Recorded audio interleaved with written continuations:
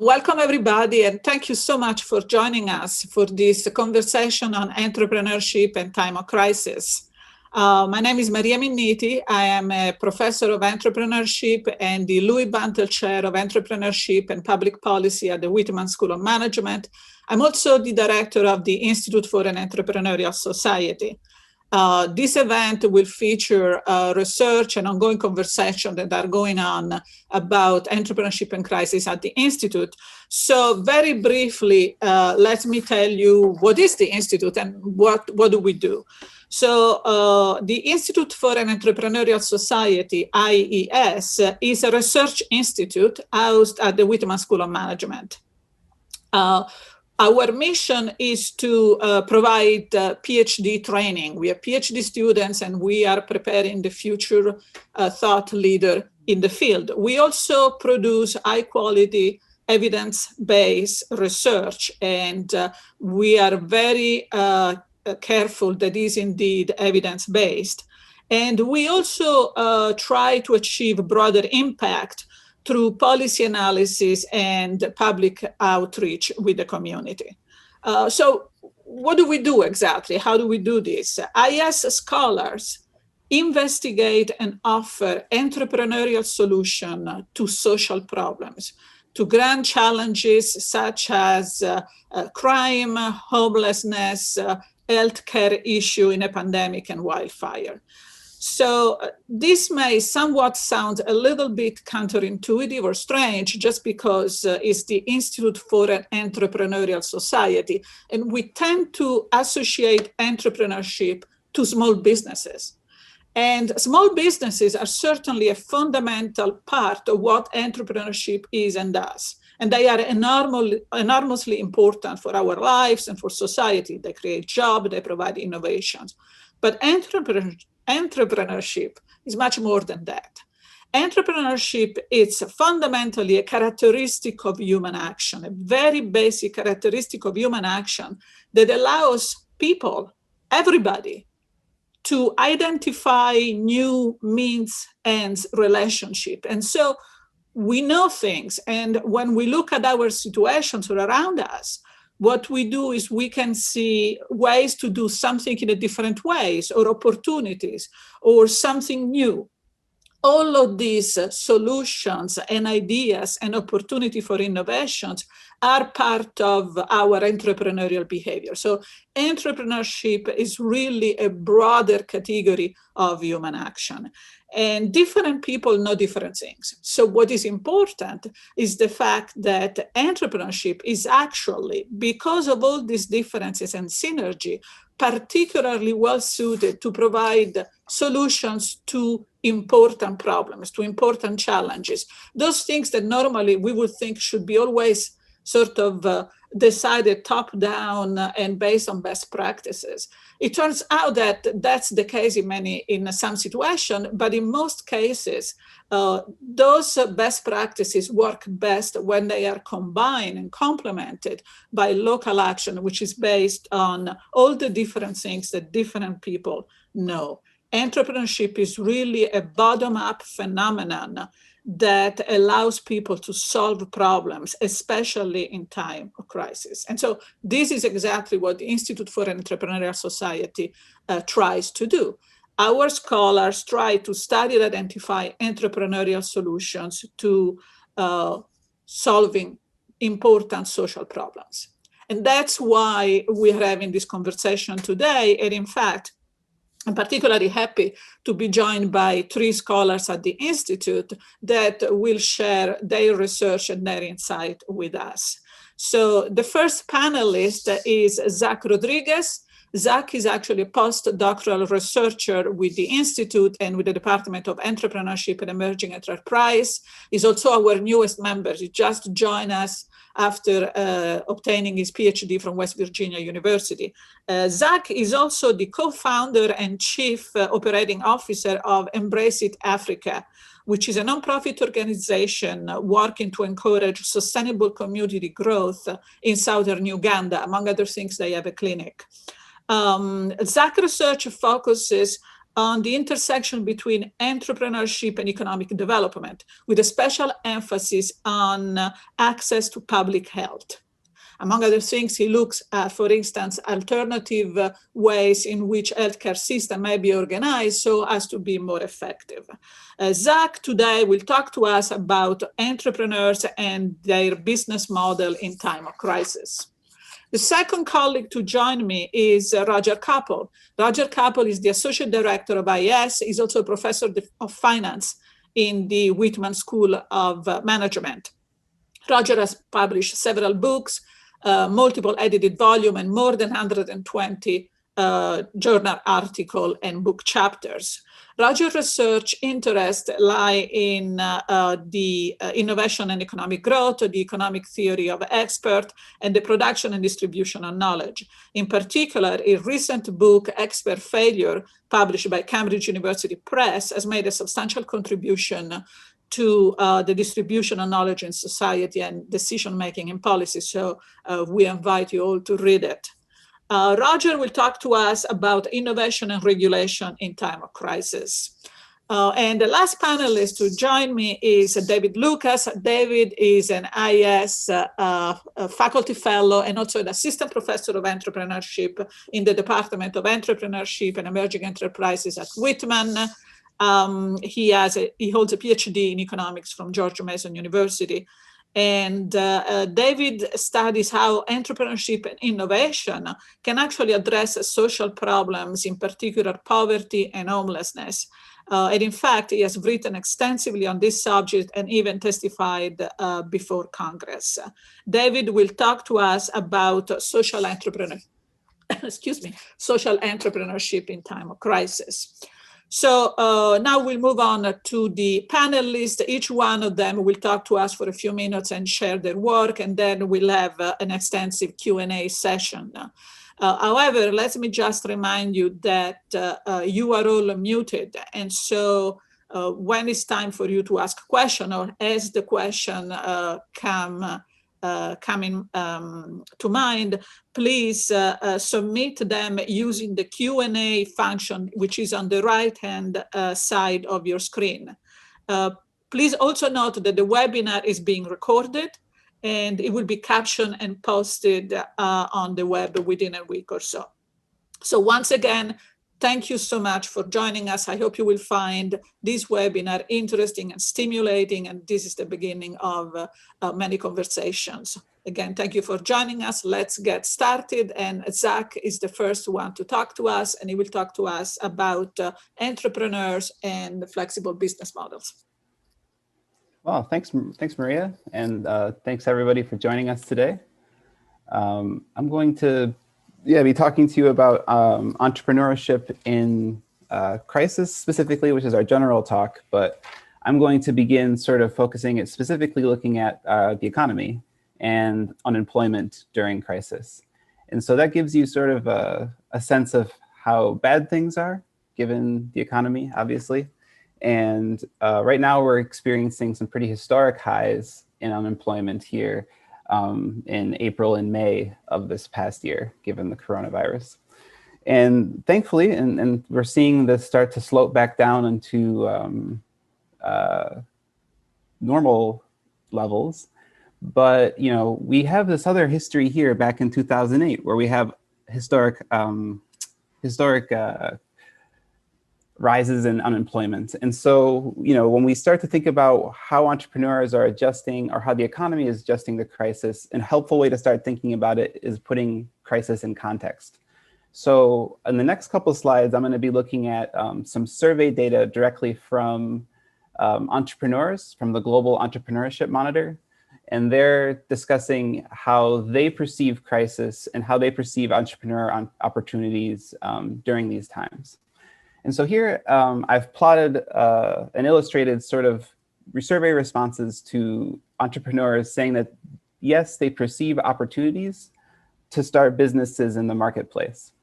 And, you know, since we're interested in crisis and we're interested in how entrepreneurs are going to face these crises, we're looking here at 2008, right? And right after 2008, we have a drop in people perceiving opportunities.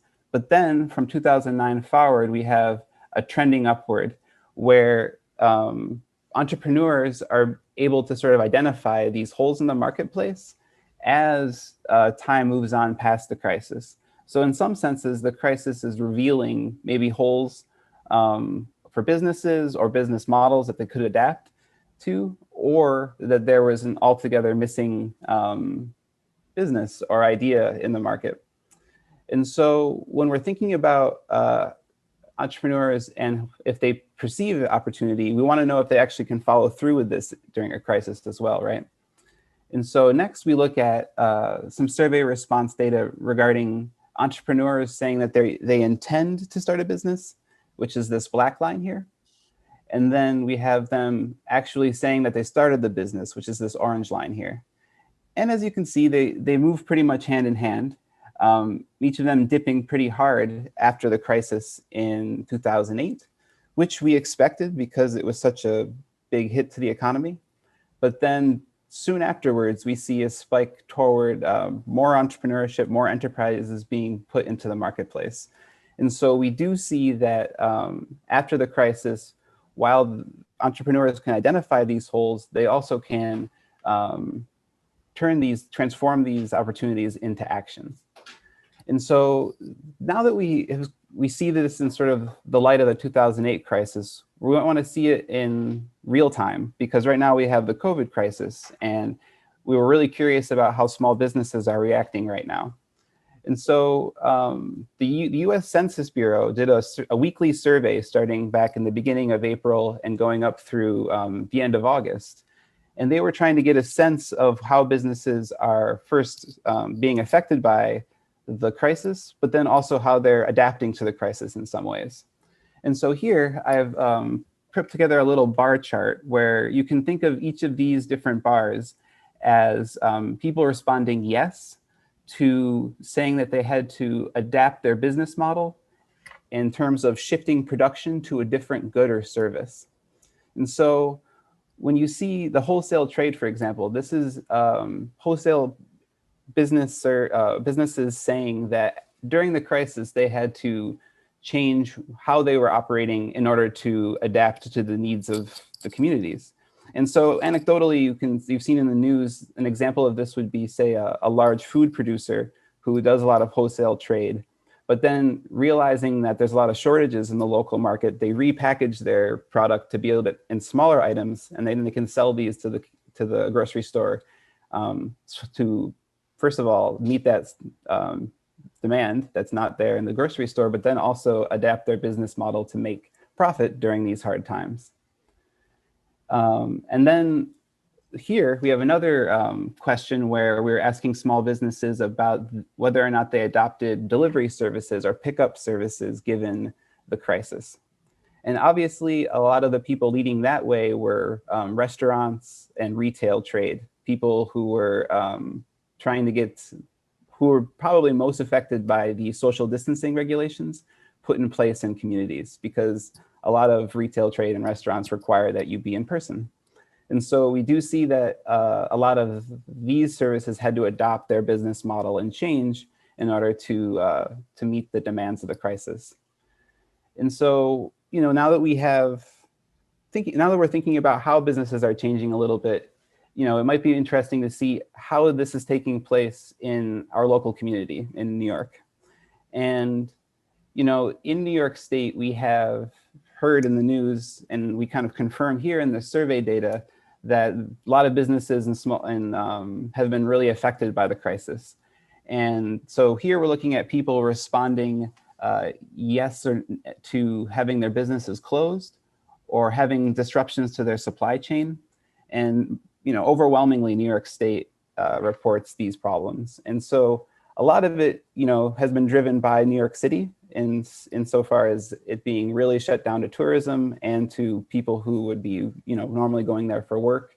And so this is sort of difficult for New York State to take to some extent, but it does confirm a lot of what we heard in the news. And then where in the United States have businesses been able to adapt? And we might want to think about why. And so here we have people who are California, for example, is the state that overwhelmingly has been able to adapt to the crisis. Their businesses have. And we can imagine that that's a lot because in California, the regulations on social distancing were put in place a lot sooner than in other states. So these businesses had to adapt a little bit more quickly to the changing of the crisis than other states. Because you can see throughout the rest of the states here, everything is pretty flat. Nobody is changing so much, but definitely far and away, California had to make these changes sooner, given the state of the crisis there, but then also the demands of the crisis. So in sort of summing up what I've been trying to talk about in my discussion here, we've really just been trying to show in real time that how entrepreneurs are adapting to the COVID crisis. And some examples of these are shifts into your business model in terms of what you're producing, and then also how you're meeting your consumers, given your delivery and pickup only services practices. And then in my own statistical analysis, given how these businesses are operating in a time of crisis, I find some suggestive evidence that a lot of these businesses that are successful in terms of being able to still maintain revenue during the crisis has a lot to do with their ability to remain remote, and if they had digital infrastructure in place in the first place. So that has a lot to do with online banking, for example, and a lot of this is also driven by legal services, which have been sent remote, but actually have been able to thrive in that environment, as it doesn't really require so much that you be face-to-face with your lawyer if Zoom is available. And so further going forward, we can think about more maybe digital solutions or other ways in which businesses can adopt these practices to prevent them from being hurt during crisis in the future.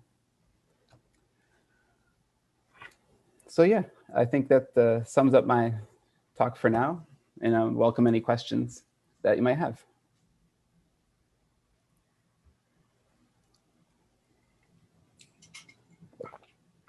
Okay, I think it's to me now. I've been tasked. Hello, everyone. Thank you for having me, Maria. Very happy to be here. I've been tasked with discussing innovation and regulation in time of crisis. Okay, let's see if I can. There we go. I'm having a little trouble manipulating the slide. There we go. So crisis and innovation seem perhaps like very different things. And yet I wonder, in a crisis, we have it's a surprise. That's why it's a crisis. So something new, we have novelty, but it's a bad kind of novelty, okay? Because it's a problem. It really, the crisis kind of comes down on us. That seems very different than innovation, except wait a minute, with innovation, we have also surprise. By definition, with innovation, we have something new, so we have novelty. And it is at least potentially something good because it's a solution to a problem. Importantly, that bubbles up among us. So, the crisis comes down on us, but the solutions through innovation may bubble up among us. Oops. I was giving away the game by showing the other slide just for a moment. It looks like innovations are these like super preconceived, designed things. And you get that feeling, if you look at something like this, there's a beautiful image of the old Denver Zephyr diesel engine from the 40s. I mean, this thing is designed from the front to the back, and it just seems like, a scientist somewhere invents a diesel engine and then a team of engineers that's not how we got railroads. That's how we got railroads. Okay? This image shows the DeWitt Clinton locomotive pulling coaches on the Mohawk and Hudson Railroad, which ran, if my memory is correct, between Albany and Schenectady. Okay? And look at those back three cars. Look at the passenger cars. Those are horse-drawn carriages. They swapped out the wheels so we can go on rails and put people in them and dragged them with the locomotive. In fact, the locomotive and the rails, that came out of coal mining. Okay? Step by step, they got to the point where they were carrying coal out of the mine with locomotives mounted on rails. And somebody finally thought, hey, I can pull people outside the mine with the same technology. So this illustrates how innovations bubble up from among us by tinkering, bricolage, just improvisation. Okay?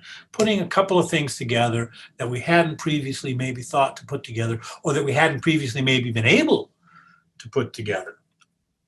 Okay, so in times of crisis, I think clearly we need these kind of entrepreneurial innovations to solve the unexpected problems, which are the very definition of the crisis, by giving us unexpected solutions.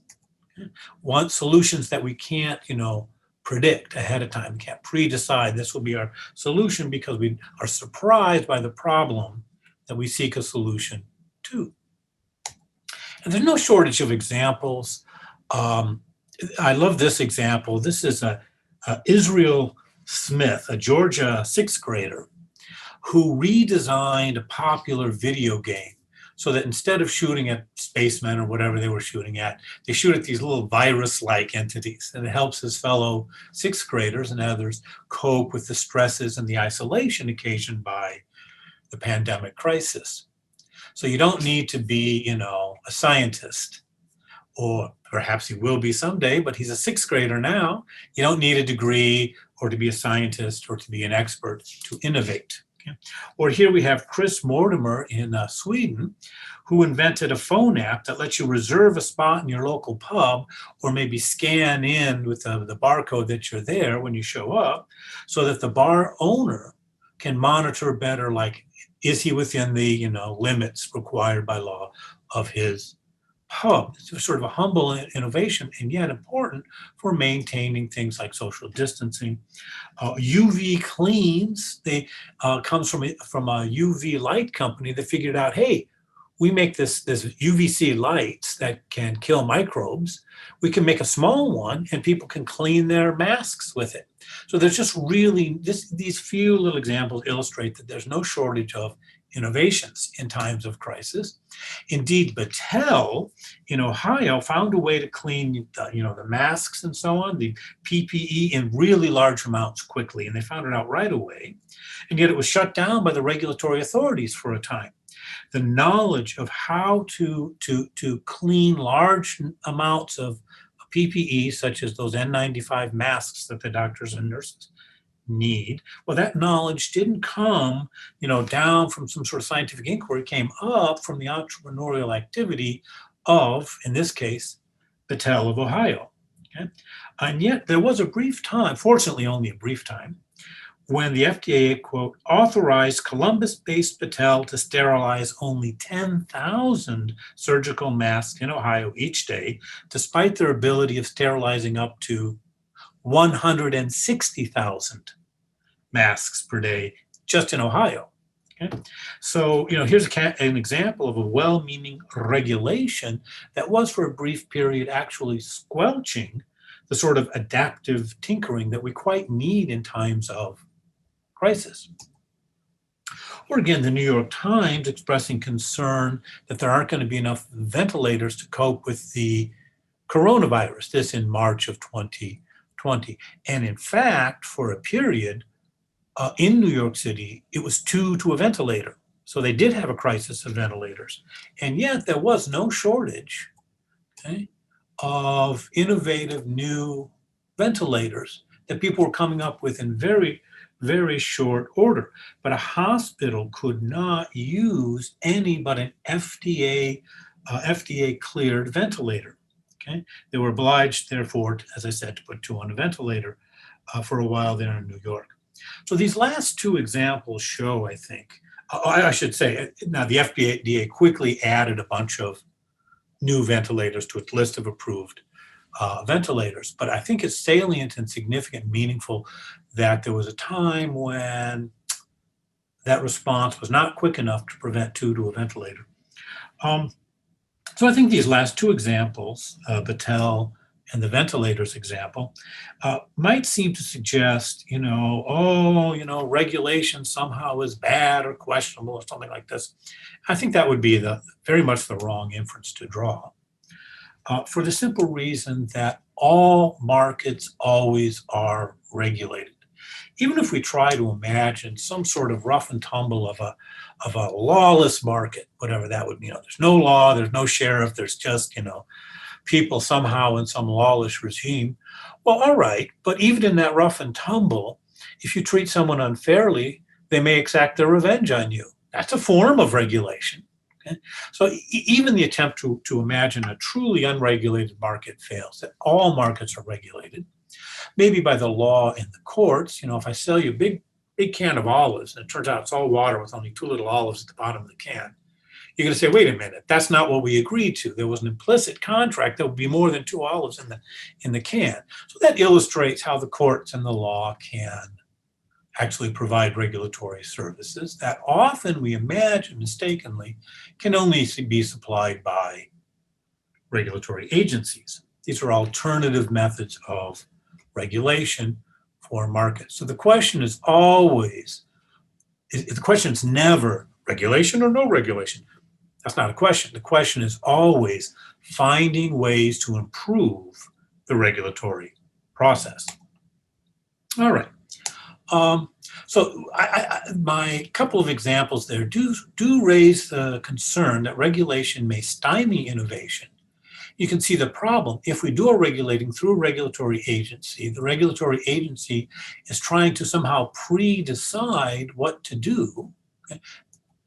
But it's hard to predict surprises and therefore to pre-decide what to do in the surprise. There's an old idiom attributed sometimes to Yogi Berra that it's hard to predict, especially the future. Okay? We need regulations that instead enable innovation. So we need them to be flexible, responsive to innovation. We need a structure of regulation, to the extent that it's possible, the extent that we can do it, that permits experimentation. So really, what it comes down to is really this, in my view, that we should seek out specific regulations that should be changed or eliminated. It may be that the ventilator example might be an example of that. Maybe we need, not to have an FDA list of approved ventilators. Or to take an example that's unrelated to the current pandemic, some states require I think about 7 now, still require a full cosmetology license for persons who braid hair. Well, maybe that's a regulation we should just eliminate. So we should be on the lookout for regulations that might be, we might be better off without. But importantly, we should also be on the lookout for better ways to provide regulatory services, such as finding ways to make more use of product liability laws than a regulatory approval process. So that's the commentary on innovation and regulation. I look forward to your questions. Thank you very much. Thanks, Roger. I really appreciate what you've presented so far. And it's a pleasure to speak with all of you now. I am David Lucas. I'm an assistant professor of entrepreneurship, as Maria mentioned.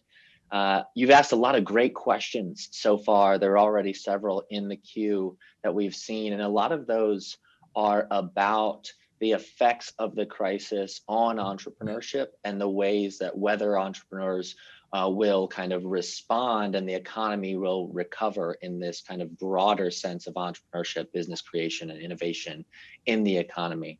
One of the things that I'm going to do is talk a little bit more about social entrepreneurship as actually a response directly to crisis. And that's consistent with a lot of my research, which asks how individuals organize to pursue opportunities, importantly, without regard to the resources that they currently control, which is especially a critical context because there are lots of things out of our control and a lot of resource gaps in the midst of crisis.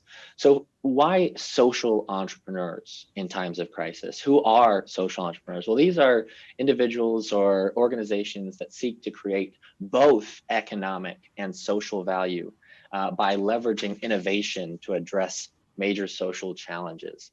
And so I think the easiest way to kind of unpack that is probably to provide a few examples. Like other kinds of entrepreneurs, it might be the creation of new products or services that also have some kind of greater good implication.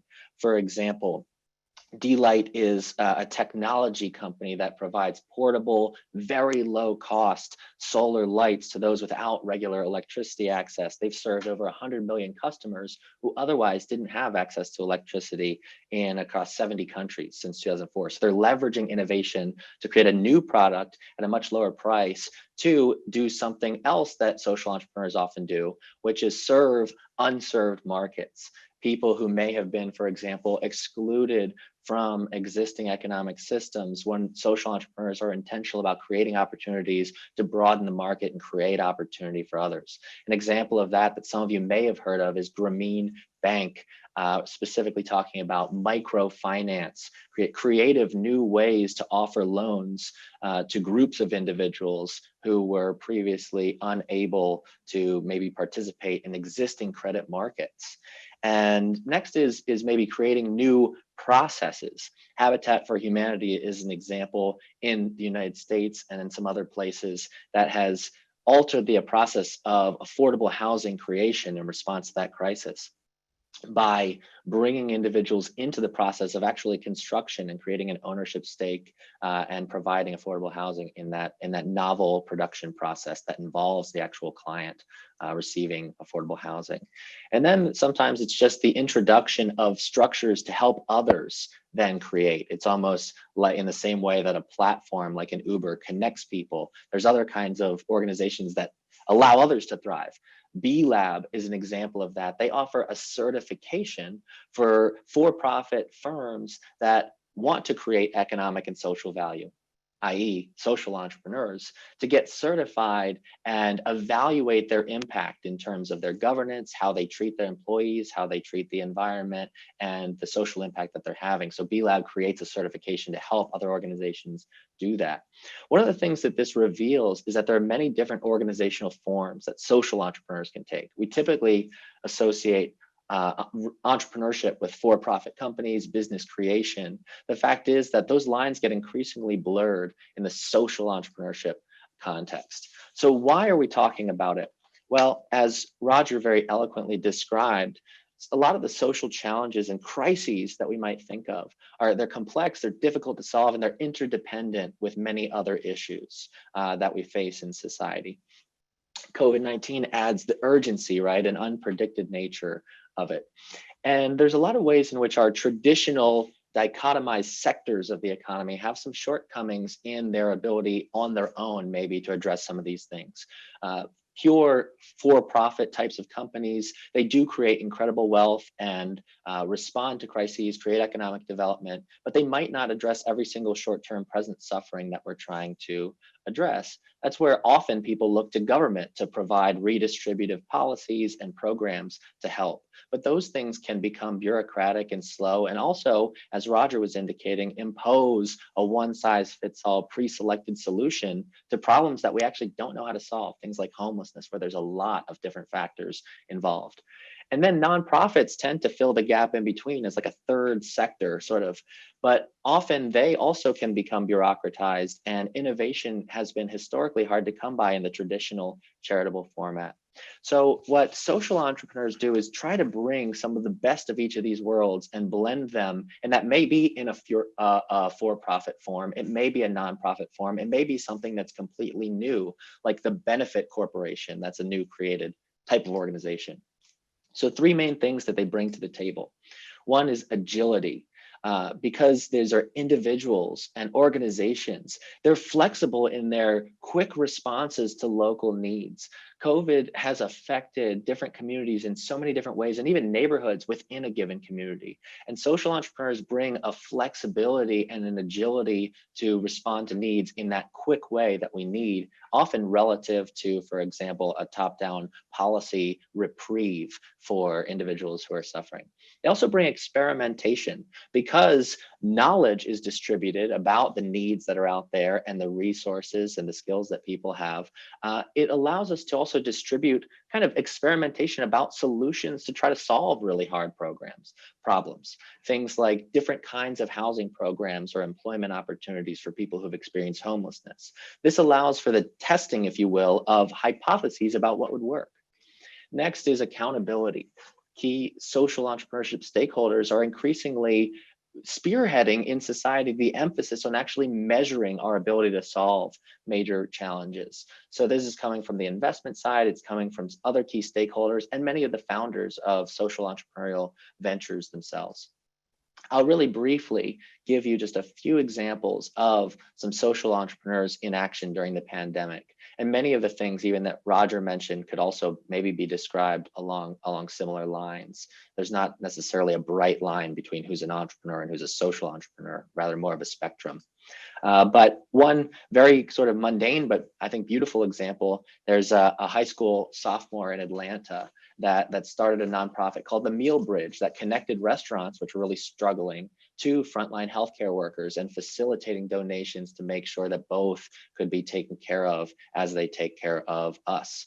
They served 45,000 meals over the last couple of months, again, started by just a high schooler.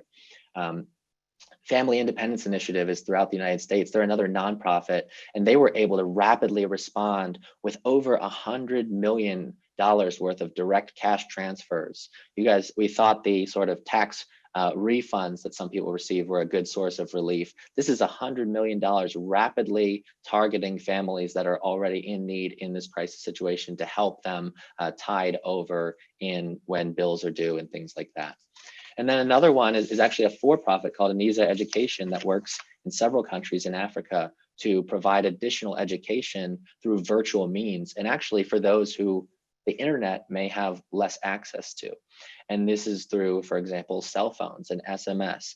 During the crisis, they've provided many of this free of charge and reached over 2 million people that don't have regular internet access at this time across several countries.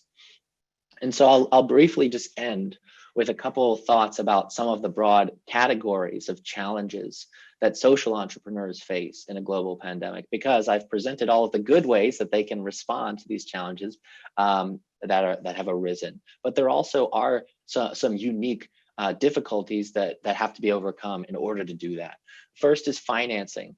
There's a lot of evidence that all kinds of financing for ventures is reduced in times of crisis and economic recession, in downturns, at least on certain margins.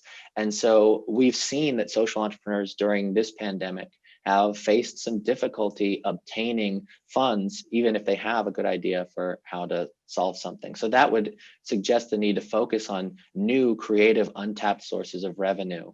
Crowdfunding is an example that's opened the door to all kinds of new sources of funding for people to expend on new ideas that could be tried and experimented with. Another one is access. In practical terms, if you're trying to help people who in need, many of those suffering are actually just harder to reach because we're trying to observe social distancing requirements. We're concerned about the safety of others and ourselves. And so those interactions that often give rise to opportunity and service of others are harder to come by. And so social entrepreneurs have to think more creatively, and there are lots of virtual accessibility opportunities in terms of telemedicine, virtual education, expanding the accessibility of those kinds of things. And then lastly is time frame. And I just think this is worth noting because many of the relief opportunities that could be innovative and entrepreneurial in this sense are short-term relief. And that's something that is really important and valuable. But it's worth recognizing, if you feel the social entrepreneurship bug, so to speak, to recognize, is this a sort of a short-term transactional thing, or is this a long-term opportunity to transform the community? And it may be that in those short-term things, mobilizing through partnership with existing organizations that already have the network and infrastructure can be an effective way to introduce innovation to the community, rather than creating a whole new organization, which takes time, effort, resources, for then, once hopefully the pandemic has subsided, then we no longer sort of need it. So there's an understanding of the nature of the opportunities and then how to execute them, whether through maybe established channels or something that's going to be built for the long term. So those are some thoughts. And ultimately, to convey this idea that social entrepreneurs are a key piece of the pandemic response puzzle, and perhaps we haven't made enough of their potential to respond in these experimental, agile, and truly compassionate ways that the major sectors of our economy by themselves may be less able to address. And so with that, I think I've gone just 1 or 2 minutes over, but it's about time to turn it over. And I think I'll pass it to Maria so we can start taking your questions. Thank you, David, and thank you to all three presenters. The good thing is that we have a lot of questions and also comments. And so I apologize in advance because I'm not sure we'll be able to answer everything, but we will make an effort to reach out to people and eventually email our answer. In other words, we'll make an effort to really answer everything, even if we don't have time to do it now. We will also show at the end our emails. And so anybody who's listening and who's interested should feel free to contact any of all of us, because we will be more than happy to answer questions and comment. We are academics. We are always happy to talk about our work. But let me start, and I'll try to sort of mix questions. And I would ask all three presenters, all three panelists, to actually unmute their microphones so you can jump in. And I'm going to just pose the question, and then whoever wants to sort of jump in and answer. And I'm going to start sort of a little bit from the beginning. This is not a question, but actually Robert shared with us his experience in Manhattan, and basically is saying, indeed, sort of supported what Zach was showing, saying that indeed in New York City, his personal experience has been that is basically the epicenter of the economic tsunami. He writes, given his various businesses in different parts of the town, that basically he's seeing as much as a decline of 70% in Midtown. And so that's consistent with what we saw at the beginning, where New York State seems to have fared worse than the other states, but that this is primarily, unfortunately, what has been happening in New York City. Related to this, we have two questions, one from Fabian and one from Alex, and they are somewhat related. So I'm going to read them together. One asks, you are comparing the 2008 financial crisis to COVID. Do you think we may expect the same type of recovery? And Alex, it's asking, I'm sorry, my screen actually moved. So here we go. And Alex's question is, will we ever see economic activity back to what it was before the pandemic, or will we see a major shift towards innovation that allows business activity to be in person, but have remote capabilities? So if any of you wants to address those related questions. Yeah, I'll take Alex's question because I think it's interesting, because I think the answer to both questions is yes. Because as far as, in my opinion, as far as we can tell right now, what's driving this crisis, and then sort of mixing Fabian's question too, the reason for this crisis has a lot to do with people not being able to see each other. And so in some ways, no underlying value in businesses has been lost. And so you can, in my opinion, you can think of a lot of this crisis as a giant pause button being put on the economy in some ways. So whereas with the financial crisis, and I know that there are some people during the pandemic who have lost a lot, but during the financial crisis, it was a different kind of loss in some aspects than this, which meant that recovery may have been a little bit slower. So my hope is, I'm optimistic about the speed of the recovery, but to the second part of the question, I think it's inevitable, or there's no way to go back from this now.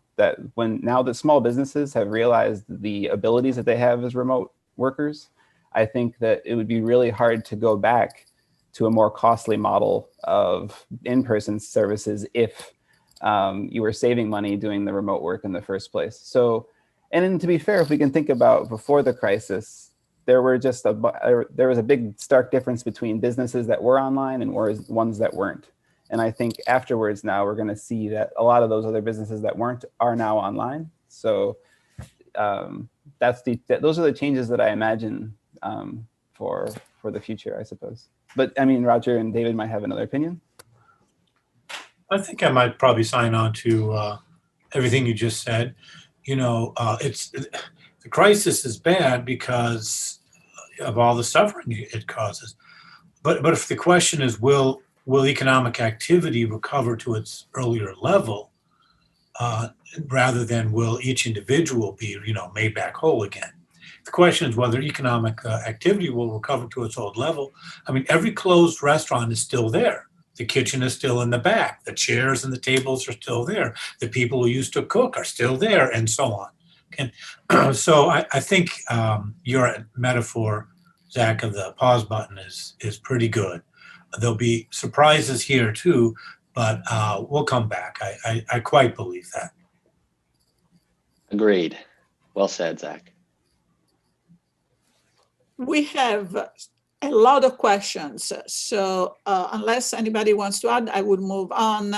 I'm going to actually also note another statement made by Robert also, which I think taps really very well in what we were trying to say at the beginning, that there is much more to entrepreneurship than just starting a business. Robert, I think, very smartly writes, entrepreneurship, innovation, creativity starts early in childhood. We have to help people focus and see this natural side of us and how to harness it for personal growth and success, as well as for society. And I think he's spot on that.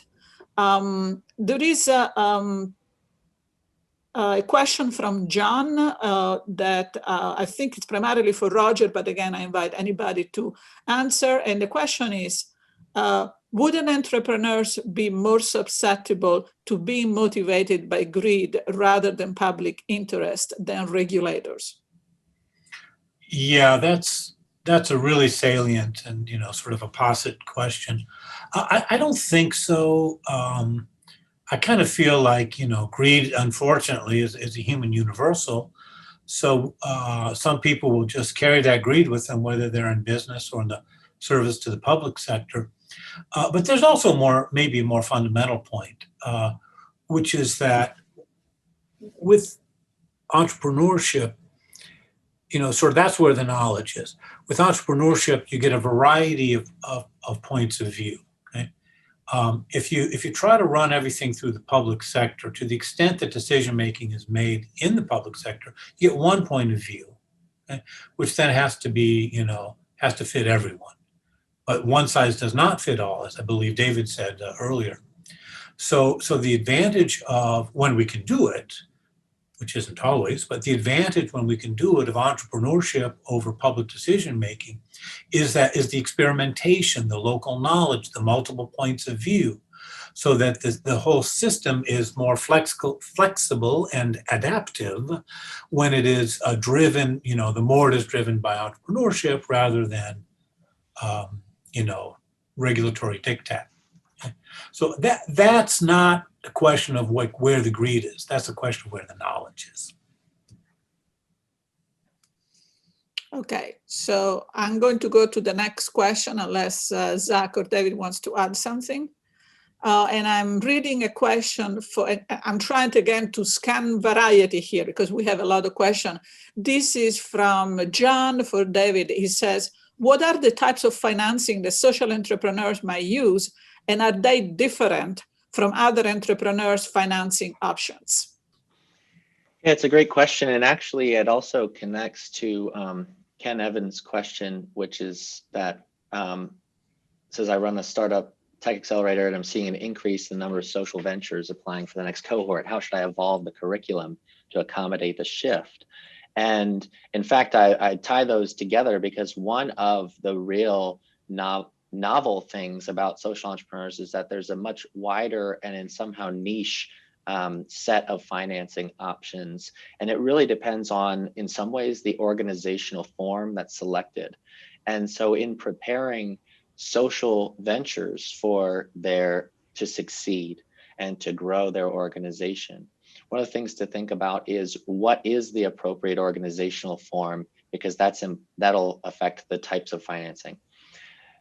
There are, for for-profit social ventures, there is a whole world and network of what's called impact investors. And these are people who are providing something kind of like venture capital, like you would think of as far as the Silicon Valley tech startups and other types of investments, but for organizations that are specifically trying to balance this social economic value creation. And so it's a whole kind of distinct world where people are looking for those things. On the nonprofit side, many community foundations and other private donors are looking to actually treat their the grants and resources that they provide as investments. And so that means that there's a shift toward explaining how you are providing innovation. And the last thing that goes along with that in terms of curriculum and preparation for social ventures is an emphasis on how do you actually measure that value creation.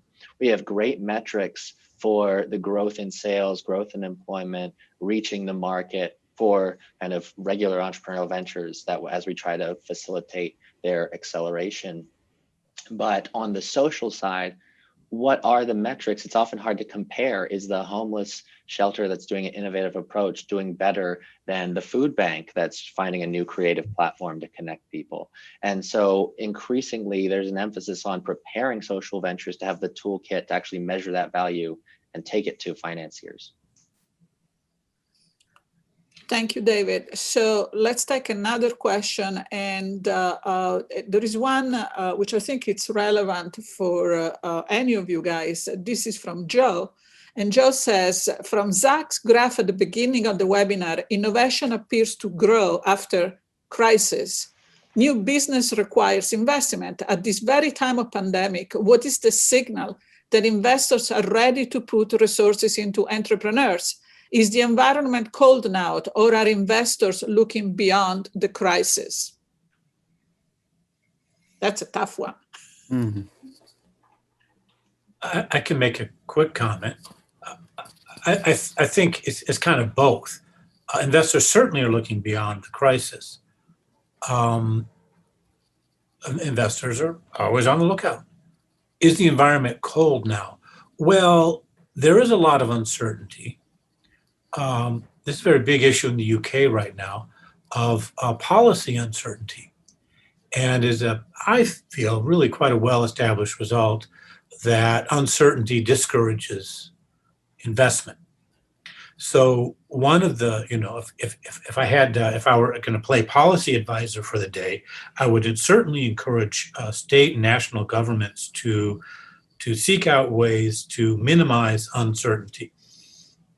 To be as clear about tax burdens and so on as they possibly can, so that investors can have confidence in their investments. Can they have confidence so that they can have the confidence to invest? One of the things we also observe in these times of crisis is not just level differences in the amount of entrepreneurship or innovation, but obviously, as kind of indicated, also qualitative changes in the types of ventures that are going to get created. And so that's why, in a sense, it's not necessarily a cold or hot. There's a sense in which there is, in the absence of a complete apocalyptic meltdown, there are opportunities to be had out there. Even if the overall level of financing available might be reduced, there are going to be certain areas where there are increased opportunities, both in the short and long term. A great example of that might be like home exercise industry, and resources to facilitate home exercise is an incredibly exciting industry and market right now. And there has been a glut of even of ideas coming into that space, and people who are interested in making that work. Thank you, David. And I think this also links to another question which we received from Linda, which somehow we touched upon briefly, but I think it may be worth saying a couple of words. Linda asked, does the reason for the crisis change how we recover? Yeah. I would say, as I was sort of hinting at, I suppose, throughout the presentation I was giving and sort of some of the questions I answered in the beginning, looking at the financial crisis versus a health crisis, they are very different, and how you would recover from each requires a lot of nuance, I suppose. Yeah. Any other comment on this point? That's how you know it's a good question when it's a hard one. Go ahead, Roger. Well, just because every crisis is unique. So in some way, our path out will, of course, be unique for just what you were saying, David, that each crisis creates its own set of challenges and opportunities. So where should entrepreneurs be looking? Well, it's going to depend on each crisis. On the other hand, certain fundamentals are unchanged, such as in my last comment, stability encourages investment, instability discourages it. So, every crisis they're like snowflakes. Every crisis is the same and everyone is different. And I think we have time to do one more. This is from Cameron, who asked, if it is hard to predict the future, then why is it better to have entrepreneurs trying to predict the future instead of regulators? Because you got more of them.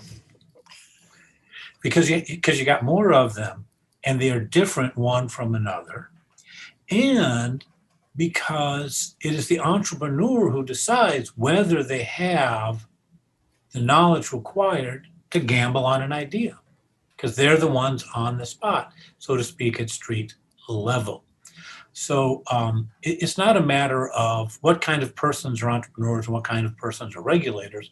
It's rather a matter of the circumstances of the regulator and the entrepreneur being different. Okay. Most importantly, we've got more entrepreneurs and potential entrepreneurs than regulators.